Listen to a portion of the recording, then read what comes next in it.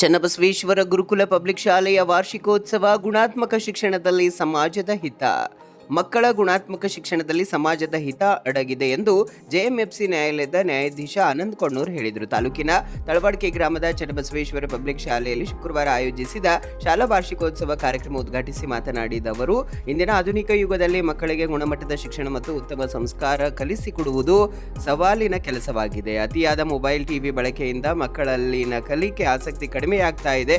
ಜೊತೆಗೆ ಮಕ್ಕಳ ಬೌದ್ಧಿಕ ವಿಕಾಸ ಕುಸಿತಗೊಳ್ಳುತ್ತಿದೆ.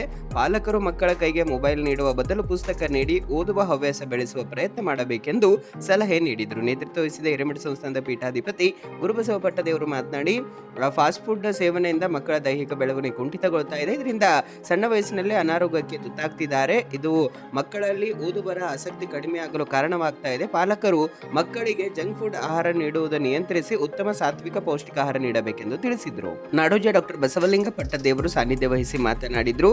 ಮಹಾಲಿಂಗ ಸ್ವಾಮೀಜಿ ನೇತೃತ್ವ ವಹಿಸಿದ್ರು. ಆಡಳಿತಾಧಿಕಾರಿ ಮೋಹನ್ ರೆಡ್ಡಿ ಅಧ್ಯಕ್ಷತೆ ವಹಿಸಿದ್ರು. ಗ್ರಾಮ ಪಂಚಾಯತ್ ಅಧ್ಯಕ್ಷೆ ಅನುಪಮ ರವಿ ರಾಜಣ್ಣ, ಸಂಸ್ಥೆಯ ನಿರ್ದೇಶಕರು ಶಶಿಧರ್ ಕೋಸಂಬೆ, ಅಭಿವೃದ್ಧಿ ಅಧಿಕಾರಿ ನಾಗೇಂದ್ರ ಮುಲ್ಗೆ, ಚಿತ್ರಾಂಕಿತ ವ್ಯವಸ್ಥಾಪಕ ಶಿವಕುಮಾರ್ ಕುಲಾರಿ, ಶಿಕ್ಷಣ ಸಂಯೋಜಕ ಸಹದೇವ್ ಗೋಡ್ಗಾವೆ, ಬಾಲಾಜಿ ವೈರಾಗಿ, ಜೊತೆಗೆ ಪ್ರಶಾಂತ್ ಪಾತ್ರೆ, ಶಿವಕುಮಾರ್ ರಾಜಭವನ್, ಪ್ರಾಚಾರ್ಯ ಎನ್ ರಾಜು ಇನ್ನಿತರು ಉಪಸ್ಥಿತರಿದ್ದರು.